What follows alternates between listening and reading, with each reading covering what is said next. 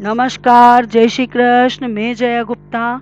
इस वीडियो में मैं नवरात्रि में माँ दुर्गा की आराधना के लिए किए जाने वाले दुर्गा सप्तशती पाठ का तीसरा अध्याय लेकर आई हूँ। इस अध्याय में हम महिषासुर व्रत की कथा का श्रवण करेंगे। तीसरे दिन माँ चंद्रघंटा की पूजा आराधना की जाती है। माँ चंद्रघंटा की आराधना करने के लिए हम इस श्लोक का प्रयोग करते हैं। पिंडज प्रवरारूढ़ा चंडकोपास्ता केर्युता प्रसादम तनुते मह्यम चंद्रघंटेति विश्रुता। माँ चंद्रघंटा माँ दुर्गा की तीसरी शक्ति का नाम है। नवरात्रा उपासना के तीसरे दिन माता के इसी विग्रह की पूजन और आराधना की जाती है। माता का स्वरूप परम शांतिदायक और कल्याणकारी है। इन माता के मस्तक में घंटे के आकार का अर्धचंद्र बना हुआ है। इसी कारण इस देवी का नाम चंद्रघंटा पड़ा। इनके शरीर का रंग स्वर्ण के समान चमकीला होता है और इनका वाहन सिंह होता है। माता की कृपा पाने के लिए हमें चाहिए कि हम मन वचन कर्म और शरीर से शुद्ध होकर विधि विधान के अनुसार माँ चंद्रघंटा की शरण लेकर उनकी उपासना और आराधना में तत्पर रहें।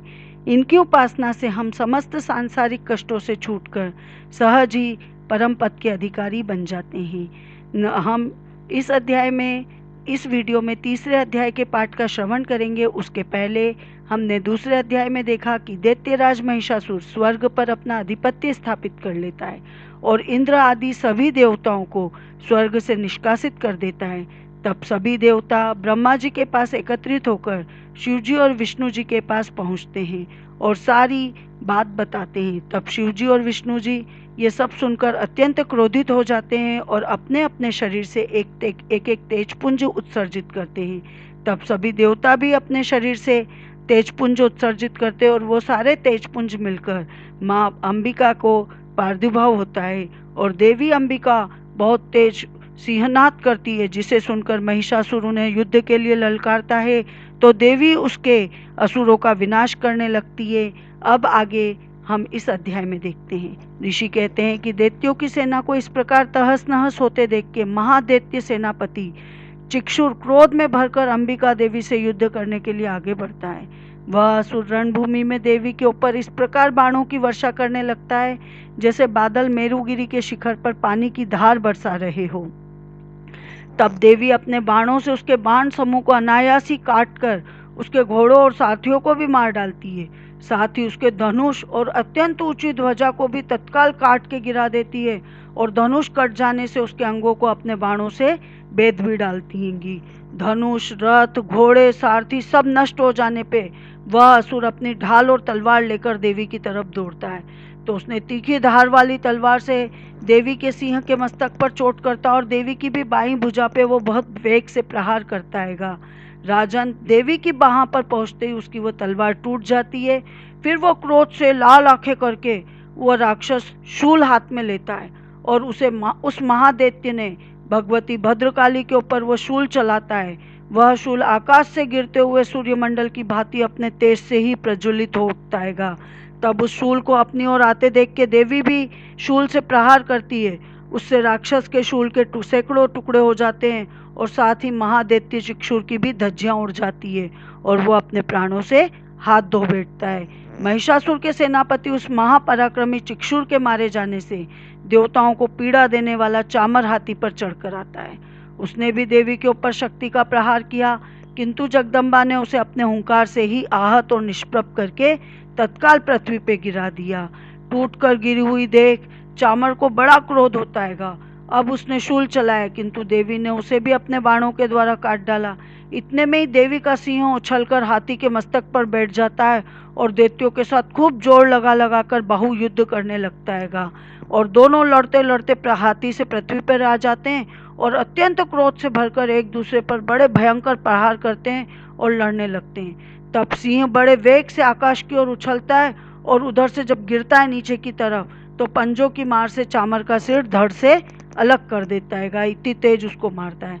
इस प्रकार उदग्र भी शिला और वृक्ष आदि की मार खाकर रणभूमि में देवी के हाथों मारा जाता है।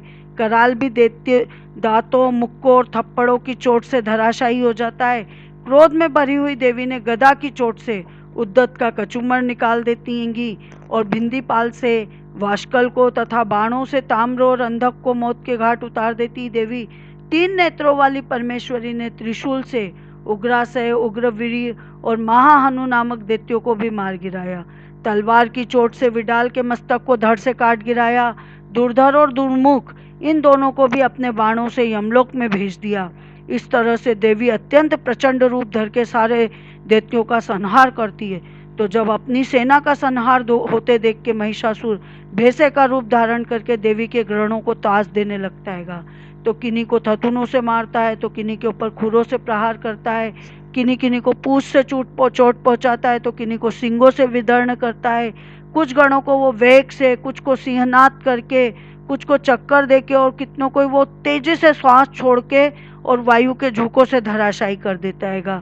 इस प्रकार जब गणों की सेना को गिरकर असुर महादेवी सिंह को मारने के लिए झपटता है, इससे जगदम्बा को बड़ा क्रोध होता है। उधर महापराक्रमी महिषासुर भी क्रोध में भरकर धरती को खुरों से खोदने लगता है और सिंगों से ऊंचे ऊंचे पर्वत को उठाकर फेंकने और गरजने लगता है, अपनी शक्ति को दिखाता है। उसके वेग से चक्कर देने के कारण पृथ्वी क्षुब्ध होकर फटने लगती है।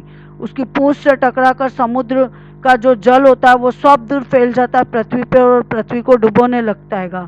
हिलते हुए सिंगों के आघात से विदर्ण होकर बादलों के टुकड़े टुकड़े हो जाते हैं और श्वास की प्रचंड वायु से वेग से उड़े हुए जो सैकड़ों पर्वत होते हैं वो आकाश से पृथ्वी पर गिरने लगते हैं। इस प्रकार क्रोध में भरे हुए उस महादैत्य को अपनी ओर आते देख के चंडिका ने उसका वध करने के लिए महान क्रोध किया।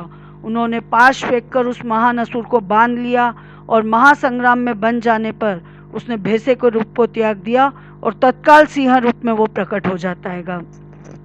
उस अवस्था में जगदम्बा जो ही उसके मस्तक को काटने के लिए उद्यत होती है, त्यों ही वो एक खड्गधारी पुरुष के रूप में दिखाई देने लगता है। यानी वो देवी को इस तरह से छकाने लगता है, रोज बार बार रूप बदल बदल के।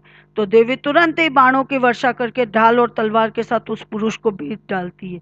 इतने में वो महान गजराज के रूप में परिणित हो जाता है और अपनी सूंड को से देवी के विशाल सिंहों को खींचने और गरजने लगता है। खींचते समय देवी ने तलवार से उसकी सूंड काट डाली। तब उस महादैत्य ने पुनः भैंसे का रूप धारण कर लिया और पहले की भांति चराचर प्राणियों सहित तीनों लोगों को व्याकुल करने लगा। तब क्रोध से भरी हुई देवी जगन्माता चंडिका बार बार उत्तम मधु का पान करने और लाल आंखें करके हंसने लगती और उधर वो बल पराक्रम के मद में उन्मत्त हुआ राक्षस गरजने लगता है, अपने सिंगों से चंडी के ऊपर पर्वत को फेंकने लगता है। उस समय देवी अपने बाणों के समूह से उसके फेंके हुए पर्वत को चूरा करके बोलती है और बोलते समय उनका मुख मधु के मद से लाल हो रहा होता है और वाणी उनकी लड़खड़ारी होती है। और देवी कहती है, अरे ओ मूढ़, मैं जब तक मधु पीती हूँ तब तक तू क्षण भर के लिए खूब गरज ले, मेरे हाथों से यहीं तेरी मृत्यु हो जानी है और तब शीघ्र ही देवता भी गर्जना करेंगे।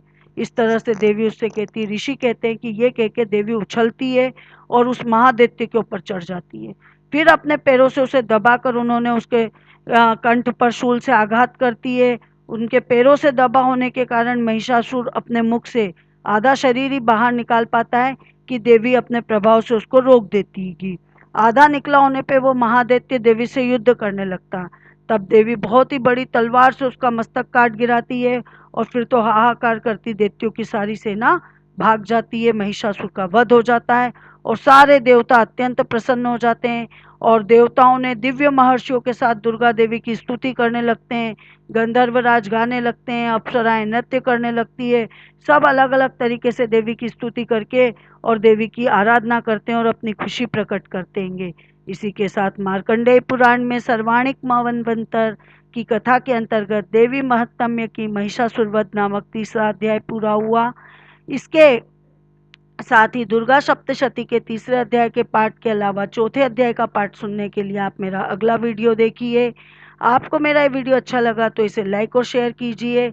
अभी तक यदि आपने मेरे चैनल को सब्सक्राइब नहीं किया तो कृपया मेरे चैनल को सब्सक्राइब कीजिए, बेल आइकन को हिट कीजिए ताकि मेरे नए वीडियोस के नोटिफिकेशन आपको तुरंत प्राप्त हो। हिंदू धर्म, संस्कृति, तीज त्योहार, व्रत कथा, रीति रिवाज इत्यादि जानने के लिए मेरे साथ बने रहिए। जय माता दी।